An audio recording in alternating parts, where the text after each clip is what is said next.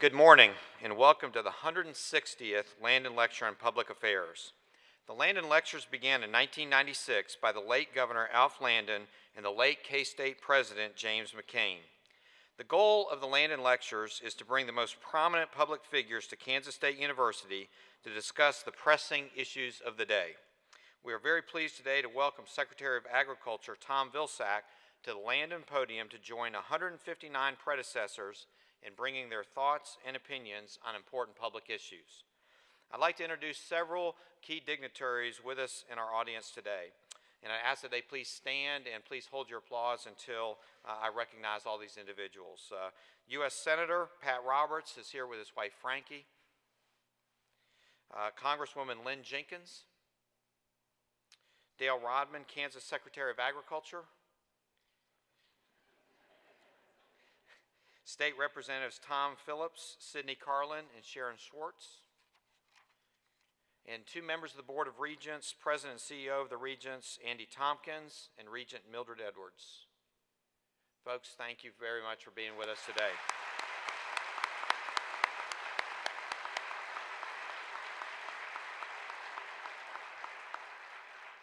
We also have several key members of the Kansas State University leadership team that really play a lot of behind-the-scenes work in making these lectures so successful. I'd like to introduce, once again, please hold your applause, Dr. Jackie Hartman, Chairperson of the Landon Lecture Series and Chief of Staff to the President. Dr. Tom Vance, President of the Faculty Senate and Associate Professor of Education. Lisa Reeves, President of the Classified Senate.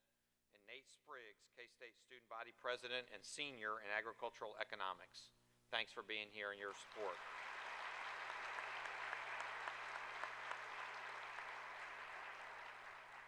Tom Vilsack was appointed as the nation's 30th Secretary of Agriculture in January of 2009. As the leader of the United States Department of Agriculture, Secretary Vilsack is working to strengthen the American agricultural economy, build vibrant rural communities, and secure a stronger future for the American middle class. Under Secretary's leadership, the USDA is promoting American agriculture by conducting cutting-edge research and improving markets at home and abroad. USDA also works to ensure an appropriate safety net for Americans' farmers and ranchers, enabling them to prosper even in rough times. Today, agriculture is a bright spot in the American economy with record-setting farm sector earnings and record agricultural exports worth $137 billion in 2011. These dollars help support more than 1 million American jobs. Secretary Vilsack has partnered with First Lady Michelle Obama's Let's Move initiative to improve the health and nutrition of America's children. He helped pass the Healthy Hunger-Free Kids Act to combat child hunger and obesity by making the most significant improvements to school lunches in 30 years. He has led a comprehensive effort to improve the safety of the American food supply, implementing changes to food safety standards to prevent illnesses by reducing the prevalence of E. coli, salmonella, and campylobacter in our meat and poultry. Prior to his appointment, Secretary Vilsack served as the 40th governor of the state of Iowa. He was the first elected in 1998 and re-elected to a second four-year term in 2002. Secretary Vilsack also served in the Iowa State Senate in 1992 and as the mayor in Mount Pleasant, Iowa in 1987. Secretary Vilsack was born in Pittsburgh, Pennsylvania, and attended high school at Shady Side Academy in Pittsburgh. He received a bachelor's degree in 1972 from Hamilton College in New York and received his law degree in 1975 from Albany Law School. Please give a warm Kansas State welcome to Secretary Tom Vilsack.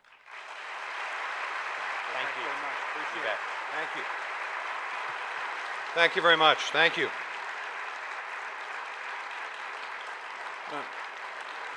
Please, please. Thank you. Thank you, folks.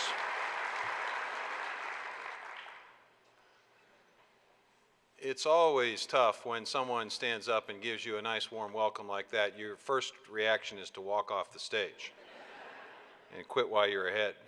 President, thank you very much for those kind remarks, and I really do feel honored and privileged to be here today.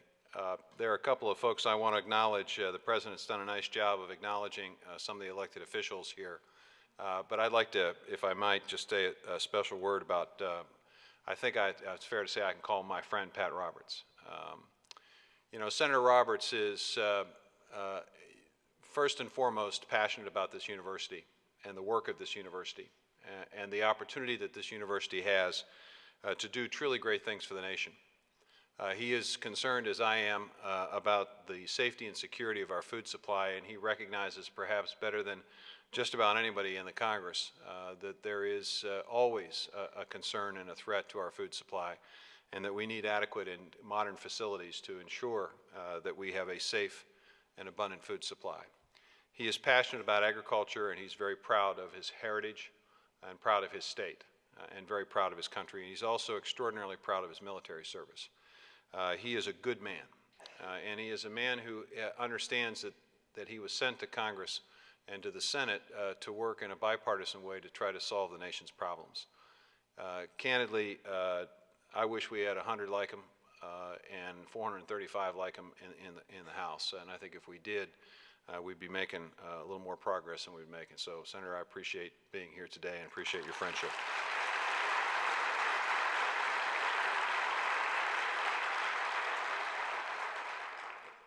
I think a command performance for Adrian Polanski, who's our FSA State Director, Eric Banks, who works for NRCS, State Conservationist, and Patricia Clark, who's our Rural Development State Director. They had to be here today, I think. Not sure where they are, if they could stand and just be recognized, our state folks.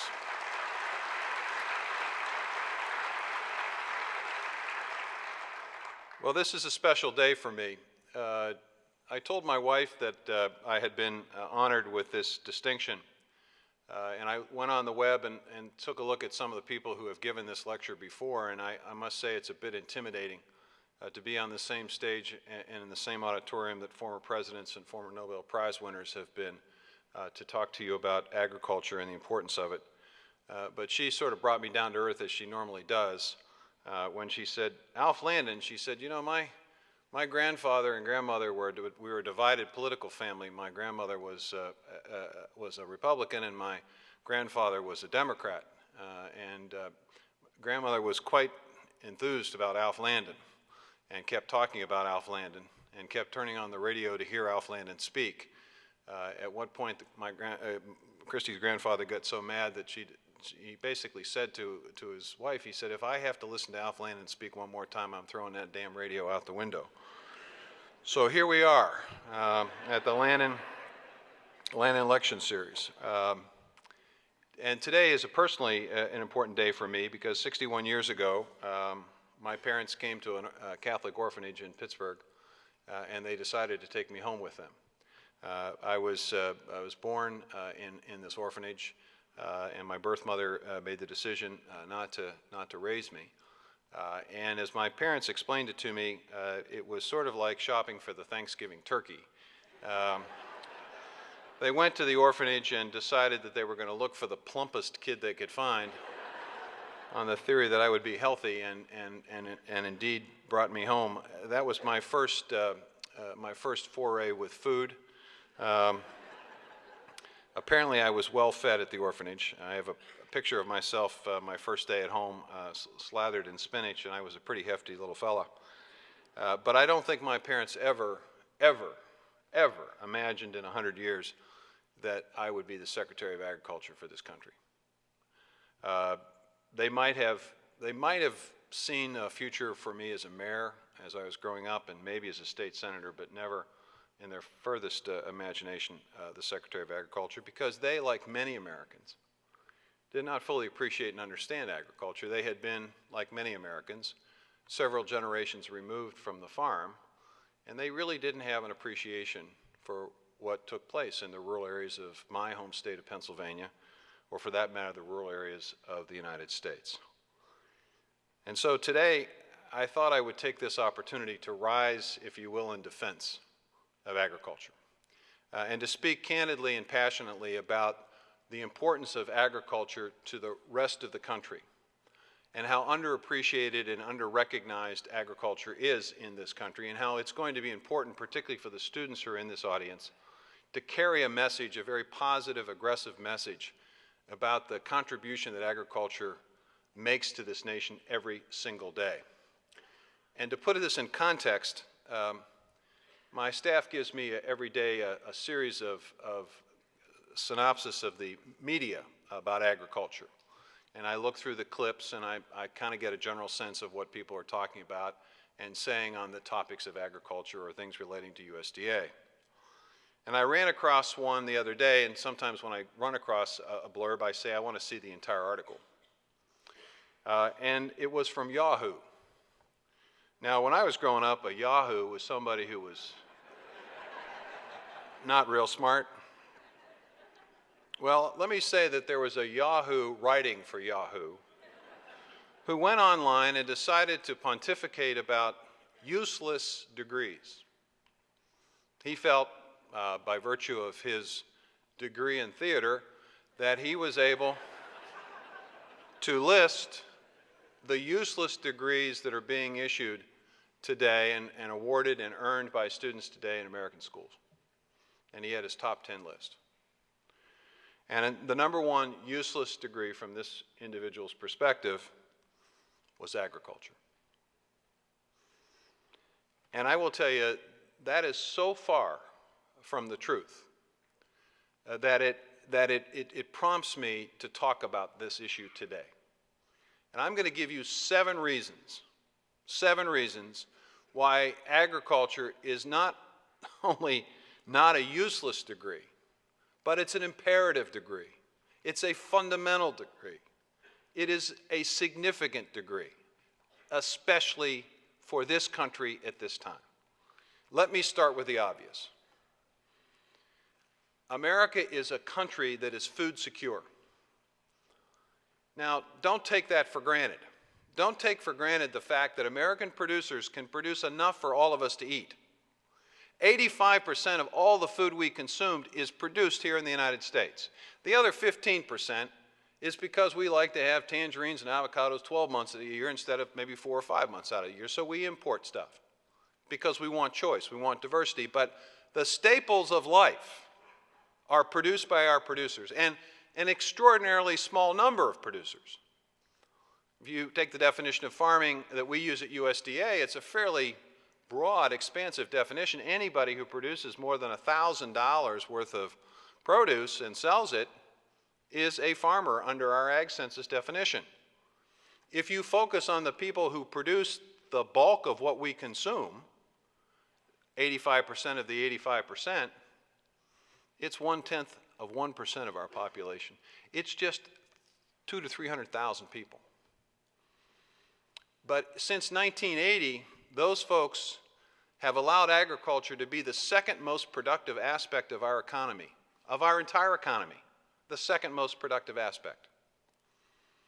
And because they are so productive, they are able to feed our country. And make no mistake that there's hardly any other place on earth that has that security of knowing that if all else fails, if the ports get shut down, if we hunker down and we're engaged in some massive configuration, we're going to be able to feed ourselves. That has not always been the case. Someone who gave this lecture a number of years ago, someone whom I have a great amount of respect for, Norman Borlaug, an Iowan, came here and may have told you about his early childhood in the 30s, when Americans weren't producing enough. Or you may be aware of the future in the past of the school lunch program when Harry Truman was concerned that we weren't going to consume enough calories to have a military capable of defending this nation. We weren't always a nation that was food secure. We are today. And the result of it is it gives us great flexibility, not only to feed ourselves, but also to create more opportunities with reference to agriculture.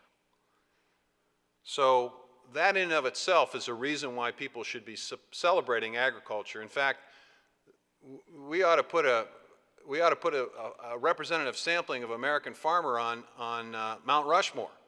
Well, come to think of it, Washington was a farmer. Jefferson was a farmer. Lincoln came from farm country. And Roosevelt, well, shoot, all he did was establish the Forest Service. So we've said it all on Mount Rushmore. Interesting thing about George Washington, do you realize that he's responsible for the American donkey? He was the one who figured out the cross-section of horses and mules. Interesting thought. I'm sure you'll take that from the lecture. Keeping the country secure.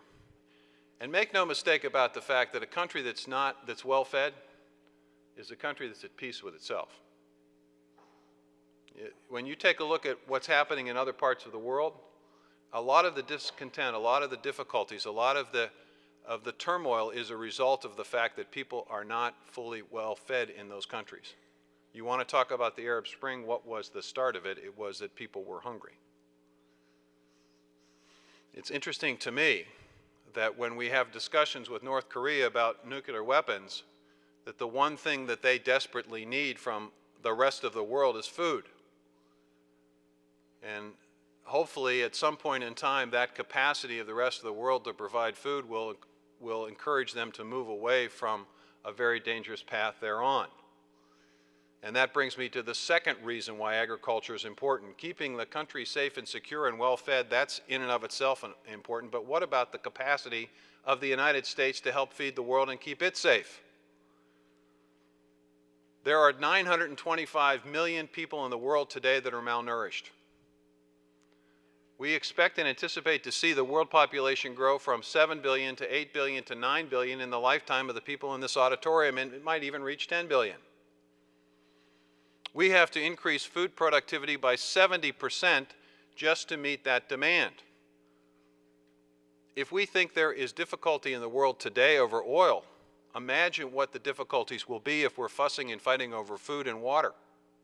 And so it will be agriculture that will provide more security. It will be American agriculture that will lead that effort.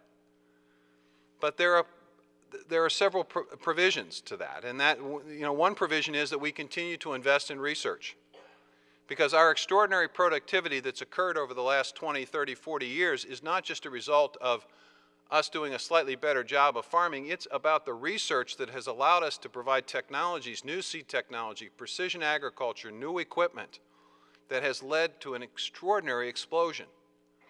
When I started practicing law in a small town in southeast Iowa, farmers were planting roughly 16 to 17,000 corn seeds per acre. Today, routinely 30,000. Some are planting 40,000. And there's at least one company that's experimenting on 60,000 seeds per acre. That's extraordinary expansion of productivity. My lifetime, a 300% increase in corn, a 200% increase in wheat, a 200% increase in soybeans. And that has allowed us the capacity not just simply to provide food for our people, but to provide food assistance for others. There's an extraordinary program that this state has a direct connection to, called the McGovern-Dole, or Dole-McGovern, depending upon where you are, feeding program. It impacts the lives of millions of children across the world. I saw it myself in Kenya. I went to an orphanage in my first year as secretary, and I thought it would be appropriate because it would be something that maybe in some small way I could connect to these young people. We had the little red cup from the World Food Program, and our job was to fill that little red cup with food and give it to them, and then spend a few minutes talking to them.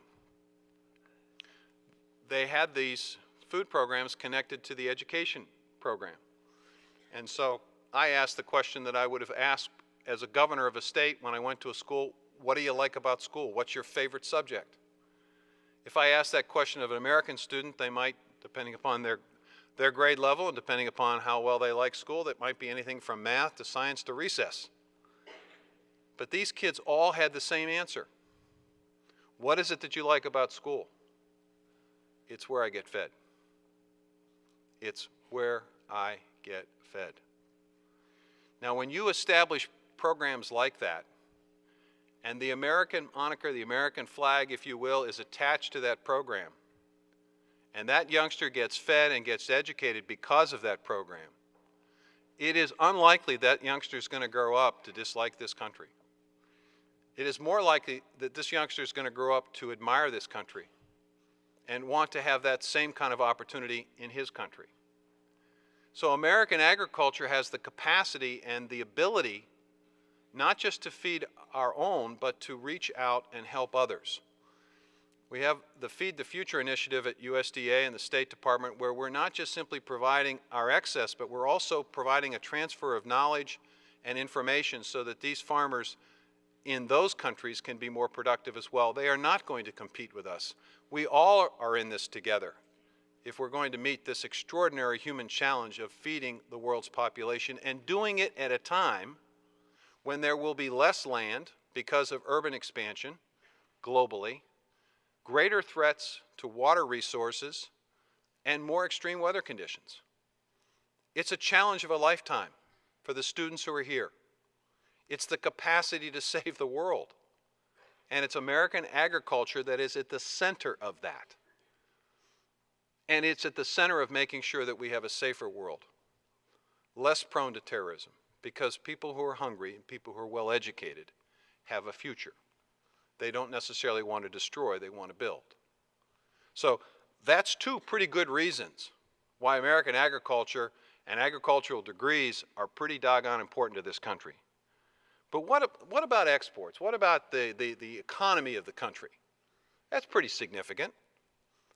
We talk about trade deficits in this country. We have concerns about the fact that we buy more stuff from other folks than they buy from us. The President says we need to double exports.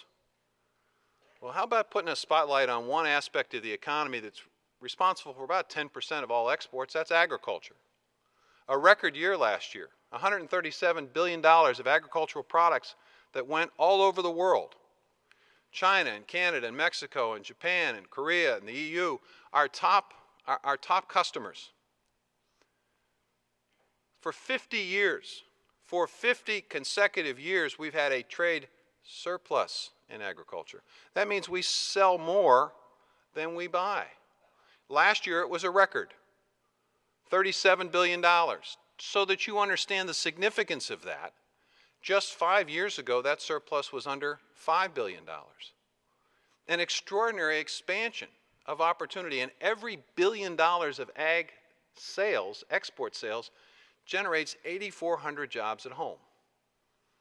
Improved farm income, expanded job opportunities, and a trade surplus.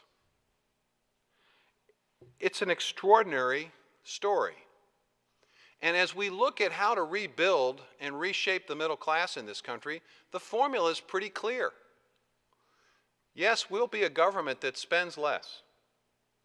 But we need to be a government that continues to invest in education and research so that we can produce more. That we become an economy that makes, creates, and innovates again. And that because we are making and creating and innovating things that have never occurred before, the rest of the world wants a piece of that and they purchase those products and that technology. And we create wealth here in the United States and we expand the middle class. Who is doing that? American agriculture. We invested in the debt-ridden days of the 80s. We went through turmoil. We lost a lot of good producers. It was a tough time. American agriculture could have given up. But no, that's not the way of rural America. You got a problem, you fix it. You solve it. So they went about reducing debt, investing in these new technologies, expanding capacity, producing more, meeting our needs, and exporting. Bottom line, last year a record income for farmers. First time in the history of our country we had more than $100 billion of net farm income. It's the formula for the country, and American agriculture has done it. It's a proof point. So food security for us, food security for the rest of the world, a growing middle class, expanded exports. Three pretty good reasons why you might want to major in agriculture. But when you look at the economy, recognize something that occurs. When someone produces something, it has to be taken to a location where it is stored and then ultimately transported to where it is processed and packaged and marketed and retailed and sold and consumed. Every one of those steps involves employment. Today, agriculture is responsible for 1 out of every 12 jobs in America. 1 out of every 12 jobs. And as we expand productivity, as we figure out new ways to use agricultural products, whole new industries crop up. Whole new pieces of farm machinery need to be developed. I was in a John Deere facility in Ankeny not long ago giving a speech about the Food, Farm, and Jobs Bill, and it was interesting to me that in this facility they were, even in the difficult economy we faced, they were adding shifts. Why? Because American agriculture was succeeding and farmers were in a position to purchase more farm equipment. And this farm equipment was sophisticated. It was highly high-tech. I'll never forget taking the EPA administrator, Lisa Jackson, to a farm in Iowa, encouraging her to get out and see what's happening in American agriculture. And bless her heart, she climbed into this tractor and she started looking around at the various instruments in that tractor. And she pointed to a little box and she said, "What is that?" Farmer said, "Well, it's GPS." GPS? Global positioning? Yeah, it's GPS. Well, what's that doing in a tractor? Well, it's called precision agriculture. It's the ability to make sure that we don't waste by being able to drive that tractor in a straight line.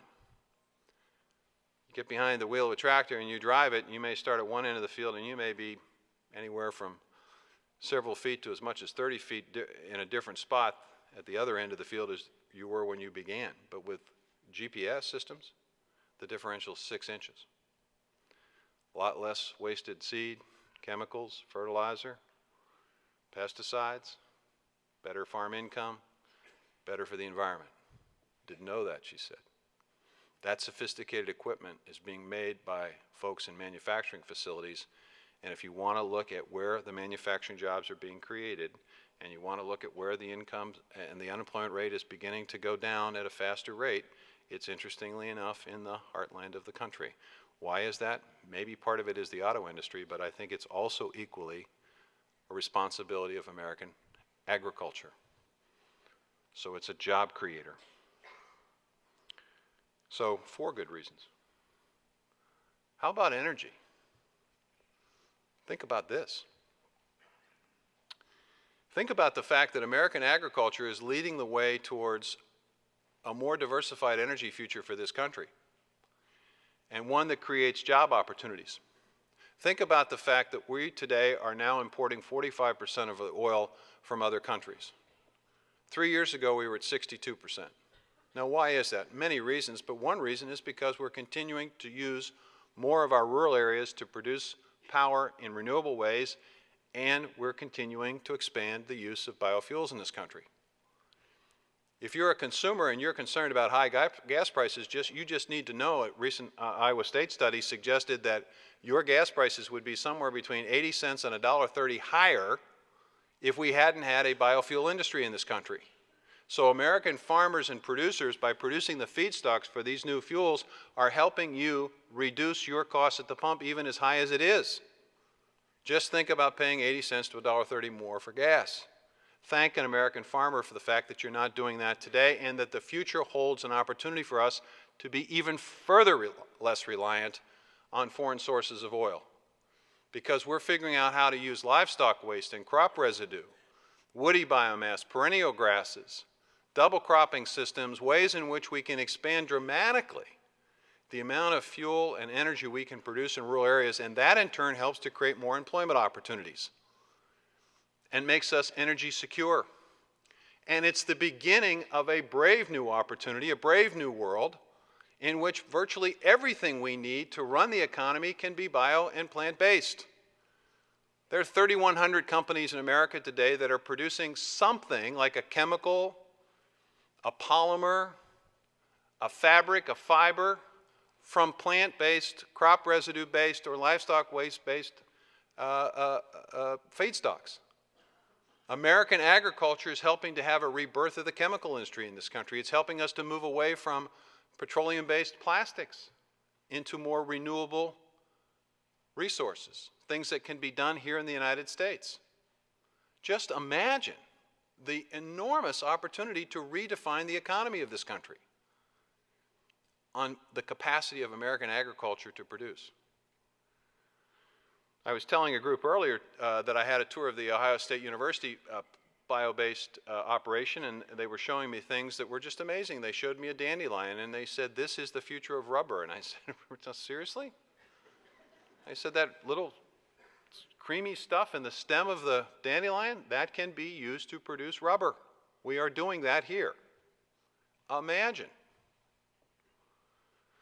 I went to the next location, and there was a big chunk, dark black chunk of something on a table, and I went to it, and I said to the young lady, "What is this?" And she said, "It's asphalt." And I was kind of, a smart aleck. I said, "Well, you realize I'm the Secretary of Agriculture. I'm not Ray LaHood, the Secretary of Transportation."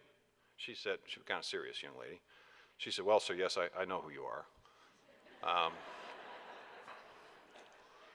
And the reason we're showing you this, smart aleck, is because the adhesive material for this chunk of asphalt is hog manure."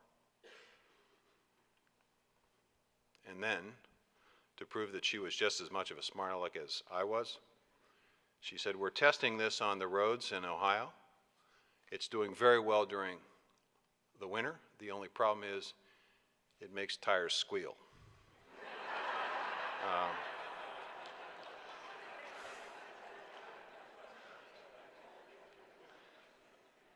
Just think about this, folks.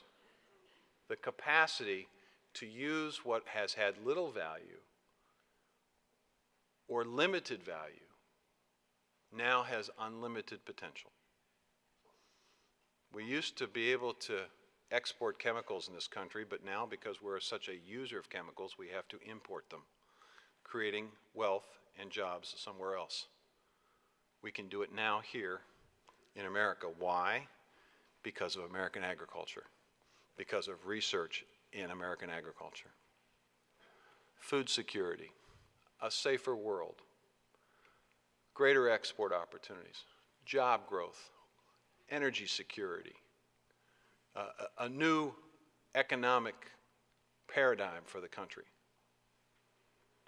Now, if you're not convinced by now that Yahoo was a Yahoo, let me just make two other points before I take questions. It's American agriculture that, three other points actually, I'm looking at my notes here, three other points. One is that American agriculture in rural America represents the vast majority of our land mass. And therefore we have a unique responsibility and opportunity to impact the environment of this country. No better stewards of the land and water than those who farm and ranch. Why? Because they depend on the land and the water for their livelihood. It's as much a part of them as their family is. And they treat it as such. Today we have a record amount of acres in conservation programs. We have the capacity to improve and expand dramatically wildlife diversity and the quality of our water, and that's not just important for agriculture, and that's not just important for the environment, but it opens up whole new opportunities for outdoor recreation.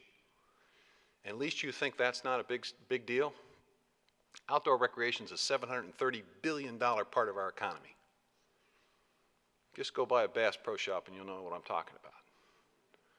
People pay a lot of money for shotguns and fishing gear and canoes and kayaks and everything of those items, four-wheelers.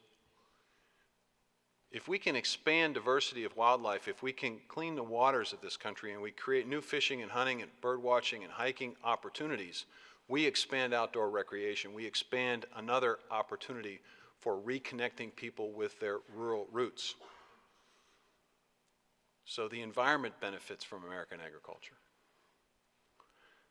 But it's the American story that I think is significant, and the American value system that I think is significant.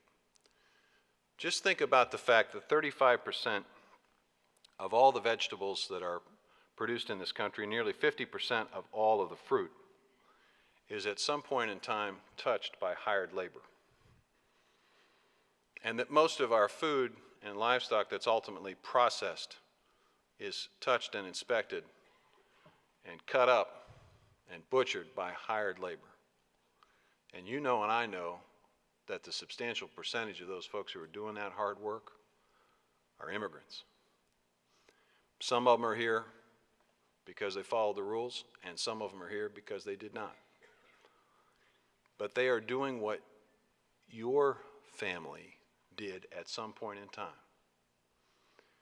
Now, I started out this discussion about the fact that I'm an orphan, and I don't know what my family, I don't know what my heritage is. I'm always jealous of people that have the ability to go back hundreds of years and know the stories of their family.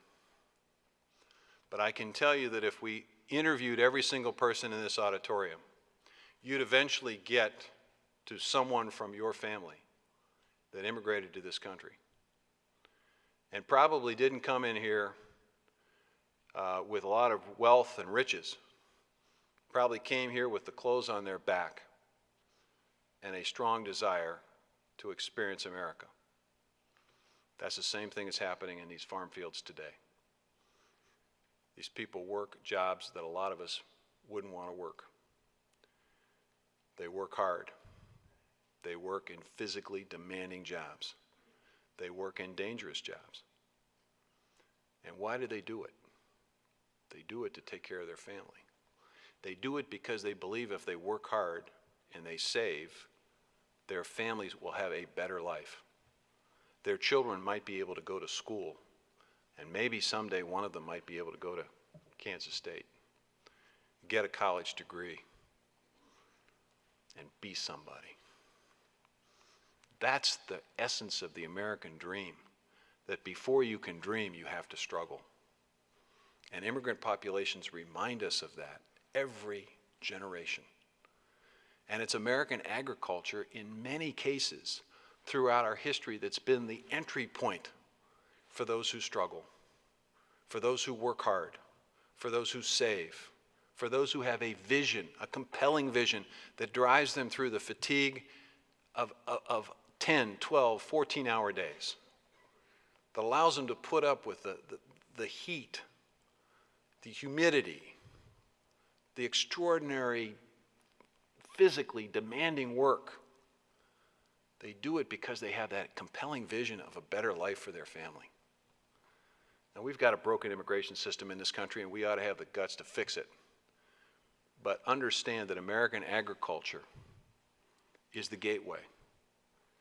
And it is what has provided this country since its beginning with the capacity of the new generation to come in with their willingness to sacrifice, their willingness to save, willingness to do what's necessary to succeed. And that has kept this country going and kept this country great. And then there is the generation of Americans who have been here for a while who live in these rural communities. What kind of people are these folks who live in these small towns, on these farms and ranches? They're great people. They're great Americans. How do I know that? Rural America represents 16% of America's population, but nearly 40% of the men and women in uniform today come from rural America.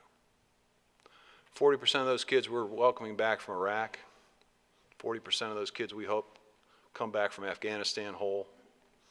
They're from those small towns. Sharing with Senator Roberts, I got a 20-year-old nephew who's a Marine. He grew up in a family, his dad's a lawyer, mom's works at a college. They got plenty of dough, smart kid, B student. He didn't have to go to the Marines. He chose. Why did he choose? Because he didn't have any other opportunities? Heck, he could have gone to just about any college in the country. Parents could have paid for it. Why did he do that? Why do a disproportionate number of people from rural America go into the military? Because they're raised in a farm community. And they're surrounded by people who understand something very basic about the land. You can't keep taking from it. There's not a farmer in this audience that could stay in business very long if they didn't give something back to the land that they farm. They replenish it, they renourish it. And when they do, the land keeps producing for them. They understand it's a bargain. It's a give and take. And when you grow up surrounded by that value system, you understand a country's no different. You can't keep taking from it. You got to give something back.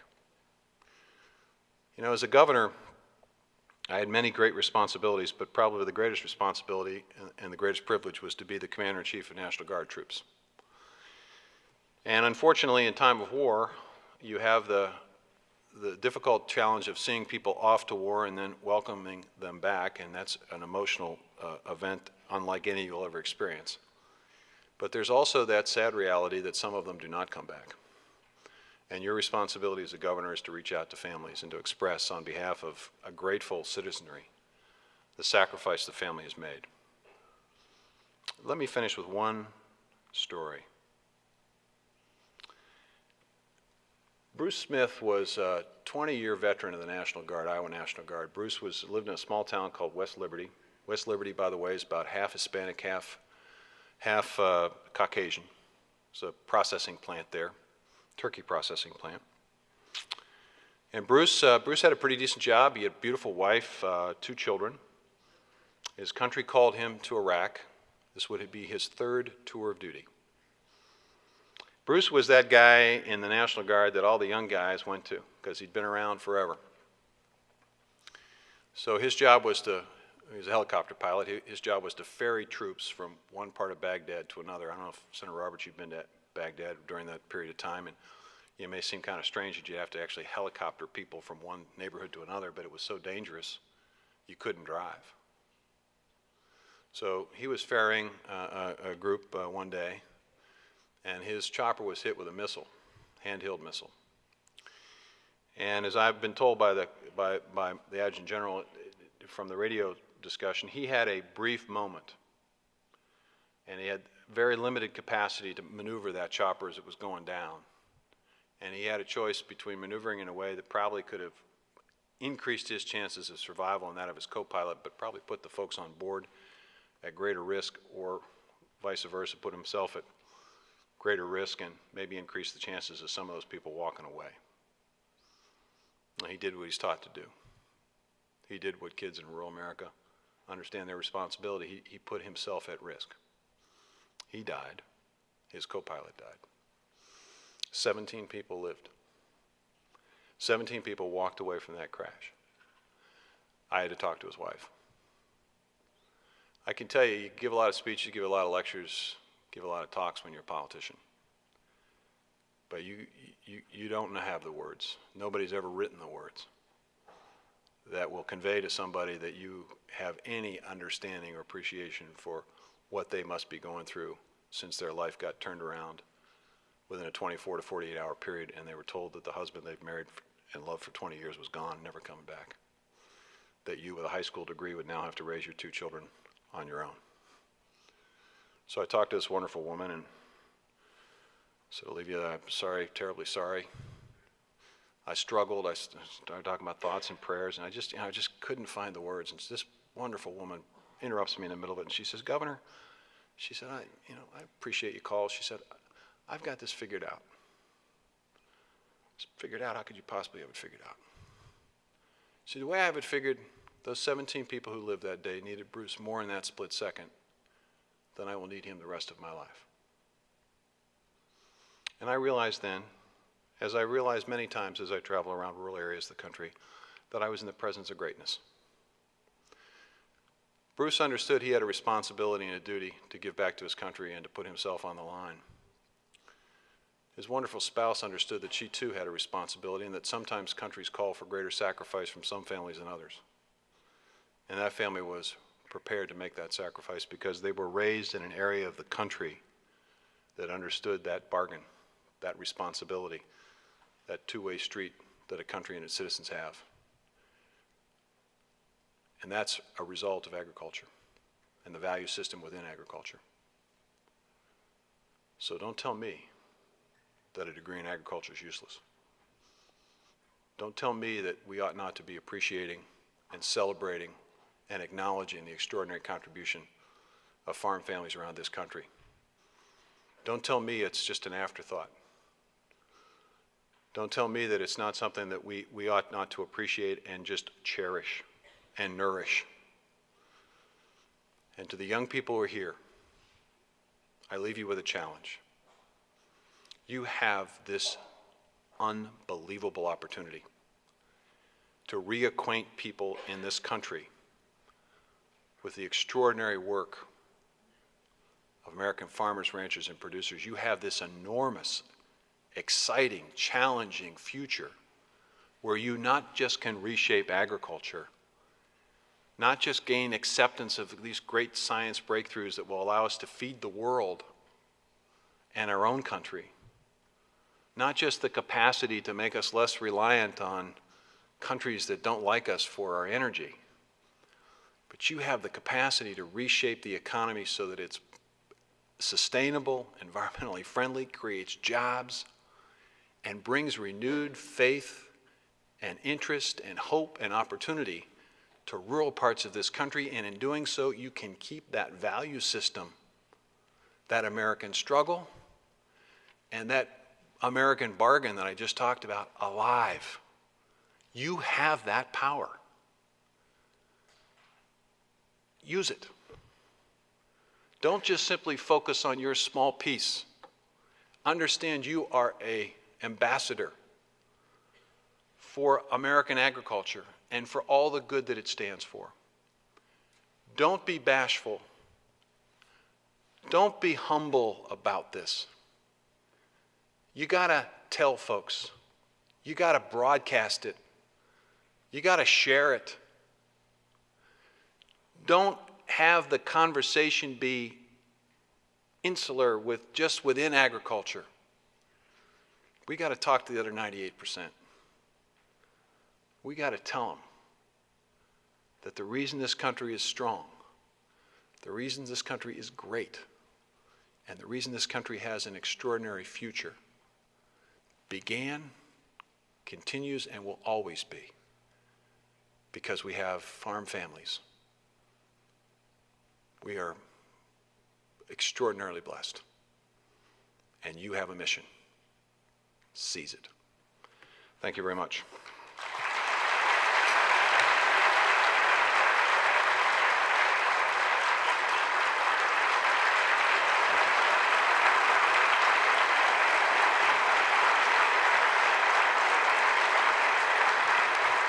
Thank you very much.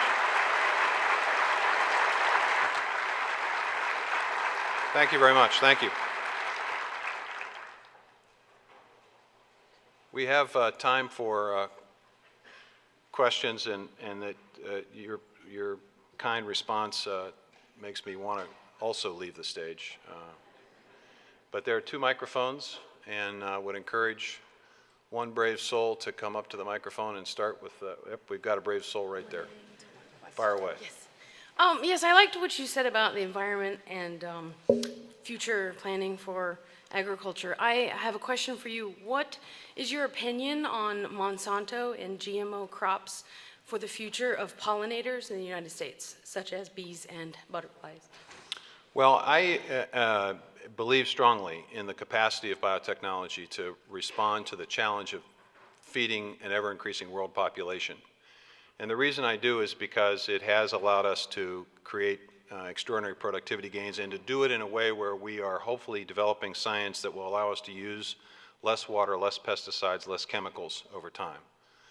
At the same time, I also appreciate the role that bees play in agriculture generally, which is why we're putting research behind trying to figure out the colony's collapse disorder, what's prompting that, what's causing it, and trying to figure out ways in which, once we find the solution, once we find the problem, how we solve it. And I don't know that there's a direct tie. You may have more knowledge about this than I do. I don't know there's a direct tie, but I will tell you that if we're truly interested in feeding the rest of the world, we have got to have science, and we have to have an understanding and appreciation for science. And we have to have a conversation in this country between folks who feel that there are different ways to farm, whether it's organic or conventional or GMO. We have to have a conversation with those people, with all of those folks, talking to each other. Because if folks ask me, well, do you support organic or do you support GMO? As if it was a choice between one or the other, it would be like asking me which of my 2 sons I love the most. I see them as extraordinarily important for lots of different reasons. I see the organic movement important because it creates an avenue for entrepreneurship and creativity. There is a growing consumer demand for this, and we need to be able to respond to it. It's a way in which we are reconnecting people with their food supply, which I think is important because there's the possibility of a better appreciation for those who farm.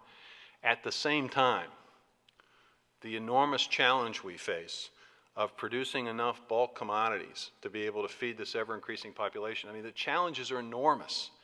China and India, as their middle classes expand, the demand for food that they will have is extraordinary. Just those two countries alone, not taking any of the other countries that are going to see growing populations. More energy intensive, more demand, more competition for scarce resources. And I'm just concerned that if we don't have a commitment to science and a conversation that allows science to continue to expand and do it in a safe and responsible way, that we're not going to be able to lead that effort. We'll cede it to some other country, and I think when we do, we'll be less safe. So, you know, don't ask me to choose. I'm not going to choose. I think we can coexist. I think we can live in the same world together. If there are risks or challenges or problems, let's figure them out. Let's solve them. But if folks are going to say we're going to do all of this sustainable practices and we're somehow going to feed 9 billion people without the use of new techniques, I just don't see it. I just don't see it. Mr. Secretary, Roger Abbott, HACCP consultant out of Kansas City, food safety. I get to work with the FSIS quite a bit. I'm very impressed with what they do. The FDA, I think, is overburdened probably with FSMA, and every time there's an outbreak, every few years of food safety outbreak, there's a question about whether we need a single food safety regulatory agency. Can you discuss any speculation about that? Have we put that demon down for now, or where are we at with that? Well, I tell you, I think rather than, I don't think we're going to see in the near future a single food safety department. I think the key here is to have a single food safety system, right? And when I came into office as secretary, the president, we got the president's attention on this issue of food safety, and we established a food safety working group. And the reason we did was because USDA's approach to food safety was prevention first and then mitigation second. FDA's reaction, because of the constraints, the financial constraints they were operating under and the enormity of what they had to cover, was pretty much a mitigation strategy, right? So we were sort of not working on the same system or the same philosophy. So Kathleen Sebelius and I, who were friends as former governors, I've got a lot of respect for her. We sat down and we said, isn't there a way in which we can create a more consistent system? So we set this food safety working group up, and it's already meant significant improvements in E. coli detection and better performance standards for poultry that we think will reduce illnesses. A new system for inspecting poultry, which we honestly believe will reduce foodborne illness as well, and the FDA basically focusing on prevention. Now, they are challenged with the Food Safety Modernization Act. There is no question about it. They're challenged because it's an enormous undertaking, and the resources that they have are pretty limited. And so we're going to have to work with them to make sure that as they formulate the rules and regulations that it's doable, that it doesn't create more problems than it solves. If I can take your question one step further, I think there's always a threat to USDA in terms of parceling it out. And the reason I think that is because people are always talking about it, right? They're talking about a single food safety entity. I think Senator Roberts would acknowledge and Representative Jenkins would acknowledge there's time from time that people talk about the Department of Interior taking over the Forest Service. You hear about that. There is discussion about consolidating business programs and trade programs and consolidating research efforts. So there's always that threat. But this is, to me, is a reflection of the fact that the agriculture is underappreciated, and that we don't recognize that if we're looking for efficiencies, we've already created it at the USDA. We've created it in the sense that everything rural is focused in one department. You start parceling out all this stuff, then you have rural America being part of something, not being the central focus of something. And, you know, if you're part of something as opposed to being the central focus, you're competing with everything else that's in that other department. And at USDA, it's not a competition. We're all about rural. So I hope that people understand there's great efficiency in the operation that we have today. Now, that's not to say there aren't probably other areas of government that need to be consolidated, and you know, I would also say that we at USDA can do a better job, and we're working on trying to streamline our operations. So I don't think it's going to happen, but I think you always have to be conscious. And I think, again, if we elevate agriculture and we point out the fact that rural issues are all concentrated in one location, that I think we've got a chance of making sure that doesn't happen. Kyle Abbott, I'm a senior here. Having grown up on a family farm in western Kansas, I'm extremely concerned about the regulatory burden that our producers face. What is your take on some of the potential adverse consequences of both the Labor Department and the EPA's regulations, specifically related to children on the agricultural setting like me who worked on the family farm, and the potential dust regulations that are coming into play now? Oh, I wish you hadn't asked the dust question. And there's really there's no effort on the part of EPA to regulate dust. Okay, it's like spilled milk. The EPA administrator has said repeatedly, in bold letters, underlined, italics, with quotation marks, there's no intent to regulate farm dust. Every 5 years, Congress directs EPA to take a look at particulate matter, and their focus is on primarily coarse particulate matter, the stuff that, you know, industry produces, and that's probably a good thing because we have a lot of premature deaths as a result, and there are probably things that ought to be done that should be done. But there's no desire to do that.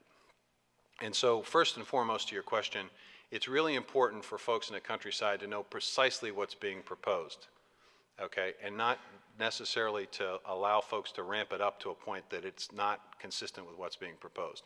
We had the same thing with spilled milk, the notion that somehow if you kick a bucket of milk over when you're milking the cow, you know, the old way, if you kick the bucket over, somehow you're going to have a containment facility because there's oil, you know, I mean, it was crazy, but that's what people were talking about. To make sure that doesn't happen more frequently, what I have done is I've asked the EPA if they wouldn't mind having Lisa Jackson, the administrator, and myself meet with commodity groups on a regular basis. We meet with some groups quarterly, some groups semi-annually. We bring the leaders of these commodity groups in and say, okay, ask away, fire away, criticize away, let's have a conversation about what's being considered and looked at, okay? So that dialogue, I think, has helped EPA understand what's happening on the farm. We've also encouraged, as I said earlier, the EPA administrator coming out to the farm and actually physically seeing what's going on in farm country, because again, there is a disconnect and a lack of understanding about what's going on in the countryside. So more personal contact, more communication, I think will help. The third thing we're doing with EPA, and then I'll get to your Department of Labor question, is that we're trying to figure out ways in which we can use the resources at USDA through NRCS in terms of encouraging conservation to see if we could couple that with an agreement or the ability of EPA to basically deem people in compliance with certain regulations if they follow certain conservation practices. So that we say to an operator, if you're willing to invest and we're willing to cost share through our conservation programs, could we get the EPA to say if farmers do A, B, and C, they will be deemed in compliance of this regulation, this regulation, this regulation for a period of time. Therefore, they won't have to worry about somebody coming in and changing the rules and requiring more investment. We think this concept of certainty is one that we need to continue to explore, especially if conservation dollars are going to be tight. If the budget doesn't allow us as much flexibility as in the past, we've got to figure out ways in which we can leverage. On the Department of Labor, I literally called the Secretary of Labor about this, and I called her team, and I said, you know, I appreciate what you're trying to do. You know, everybody is concerned about children's safety, and it's obvious that there are certain risks and dangers associated with farming, and in some cases some particularly dangerous practices that are a problem, especially when kids work around grain elevators where there have been a number of of suffocation deaths as a result of people just not knowing what they should know. So I appreciate what you're trying to do, but what you don't understand or appreciate is there is a value system here that you're creating a real concern about. And that value system is the ability of families to teach children about the value of hard work and the rewards of hard work. I can guarantee you, I wasn't raised on a farm, but I have seen enough farm families to know what happens. You get an opportunity to drive the tractor for the first time, or you get an opportunity to be around a piece of farm machinery. You, as every kid does, will do something stupid. It will take a nanosecond for the grandfather, the uncle, the aunt, the grandmother, the dad, the mom to basically take you by the collar and shake you a little bit and say, hey, what you just did was really stupid, and if you do it again, you're not going to have this opportunity. If you do it again, you could lose an arm, or you could lose a leg, or you could put somebody else at risk. Don't do this. That gets ingrained, that lesson gets learned immediately, right? But at the same time, you have the opportunity to work hard. You get a little cash from mom or dad or granddad because you worked on the farm, and you get that connection between hard work and the cash that you've got in your pocket, and that's a value system that's important, okay? So as a result of that conversation, the Department of Labor basically, in a sense, pulled that portion of the rule that related to family farms and is taking a very long look at it to see, you know, how do we create any kind of exception or limitation so we're not interfering with that value system. And they've delayed implementation of any other aspect of the rule until they understand fully and completely what chores they're going to be interfering with that are not really risky and what chores are potentially you know, something we need to think about. And also, the last thing is, there are commercial-sized operations that use a lot of immigrant labor, and sometimes those immigrant families have no place to take the children, so the children end up coming with mom or dad during the farm labor, and eventually, somehow, they get to be working in the fields, and that's an issue, because they may be around machinery, mom or dad may be in one part of the field, and they may be in a different part of the field. There may not be anybody there to grab them by the collar and say, hey, if you do that again, you're going to have a problem. So it's complicated, but to the credit of the Department of Labor, they have taken a step back, which is important, and we're working with them to make sure that if they decide to take a step forward, they do it in a way that makes safety first, but doesn't interfere with the value system and the traditions that are just absolutely essential for life in rural areas. I see the president is, I've now have to cede the microphone. Let's give Secretary Vilsack another warm round of applause. Thank you. Thank you very much. And we'll just walk back over here now.